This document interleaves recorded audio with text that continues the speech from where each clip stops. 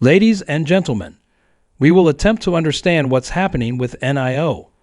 There are also some other tickers alongside SPY and TQQ.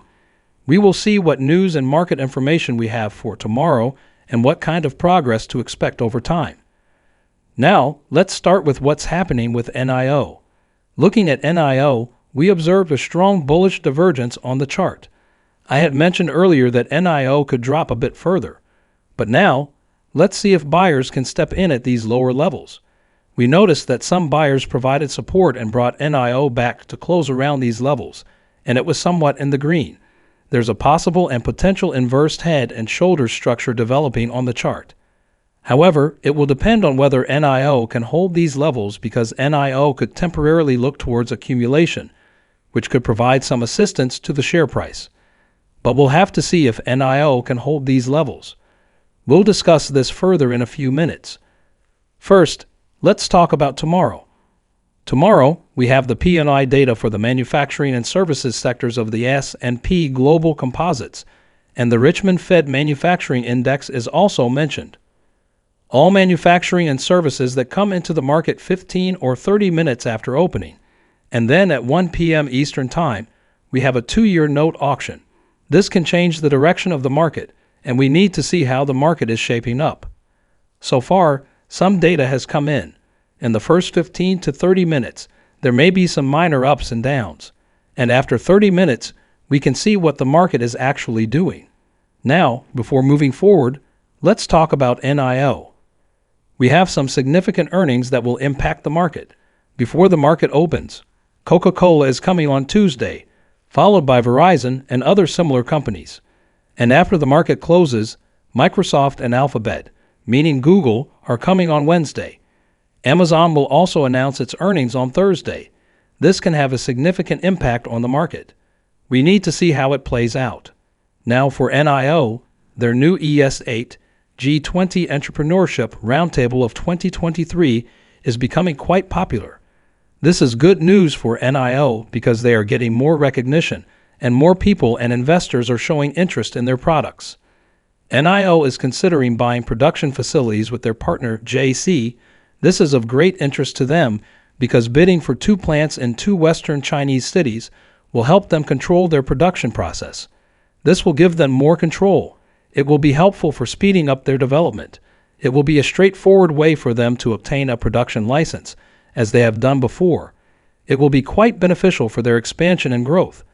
State-owned JC announced on October 20 that they intend to find buyers in every possible way, and if NIO bids, it could be good news for them. Now, Deutsche Bank has given a buy rating. Mizuho still has a buy rating for NIO. The price ratio is slightly lower because NIO is performing slightly less, but it's still very close to any decline, and it could decrease before heading upwards. In addition, NIO volume is about 34 million, which is normal. Nothing new here. Now the question is, what will happen in the market? The answer is quite simple. In the morning, we can see a decline in NIO because we might be heading towards a somewhat erratic pattern. I think NIO could have the opportunity to retest around 7.5, perhaps a little lower, and then it could bounce back. But I believe that regardless of whether NIO gets a bounce or not, we are creating a good bullish divergence in reality. When you look at NIO daily charts, you'll notice that NIO is trading near the $7 mark. We're very close to the bottom, and in my opinion, there's a significant bounce coming on the chart for the month of November. So I hope we'll see some upside soon. Just a few more weeks to wait, folks. Just a few more weeks, and we are going to see this thing bounce for real. This is the time for the real bounce to come. If the market remains stable, we can attempt to see a bounce. However, we might see a dip tomorrow morning. We might dip to around 7.5. There's an inverse head and shoulders forming here.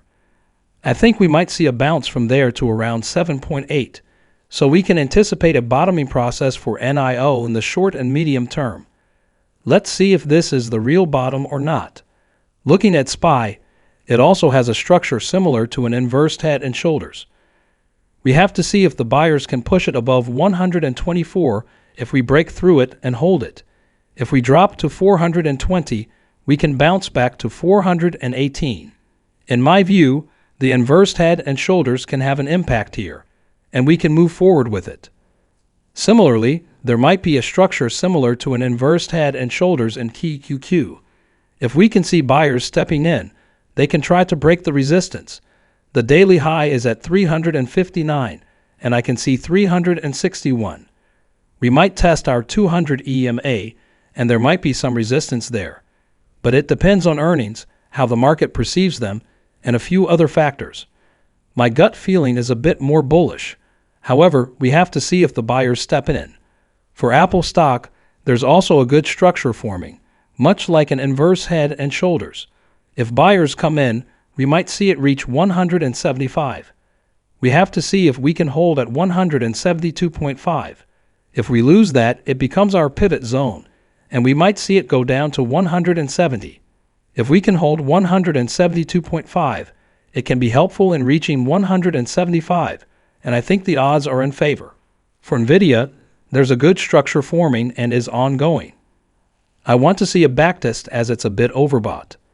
We can see it coming back to 426 from 425. We might see a slight dip and then an attempt to bounce. I think NVIDIA can take a new direction because an inverse head and shoulders is forming here. This could temporarily form an inverse head and shoulders, and we might see a significant change in the market structure of this stock, as well as others. If it rejects, we can try coming back. Let's test 420 and then see a bounce, and then try to move forward. If not, it can try to move ahead. My gut feeling says we will bounce after testing 420, and we'll look at this thing going even higher because NVIDIA is a very strong stock. It can just move forward. As for Tesla, I almost forgot about Tesla. Tesla has a good structure forming, much like an inverse head and shoulders. We have to see if Tesla can hold this support around 208. If we can hold the 208 zone, we'll see more buyers coming in, so I can see a slight dip and a bounce. And over time, we can watch it move higher, but it depends on whether we can establish this bottom or not. If Tesla can establish a bottom between 208 and 210 and then break the daily high, we can take care of it up to 221. So there's a possibility of an inverse head and shoulders forming in Tesla. We have to watch it very carefully. So for NIO, I'm hoping we come back to around 7.5. Then I think buyers will rejoin, and they will help NIO rise back to around 7.85. Thank you for joining us today. If you enjoyed the video, don't forget to hit the like button and subscribe to our channel for more stock predictions and market insights. Remember to turn on the notification bell so you never miss an update. Happy investing, and see you in the next video.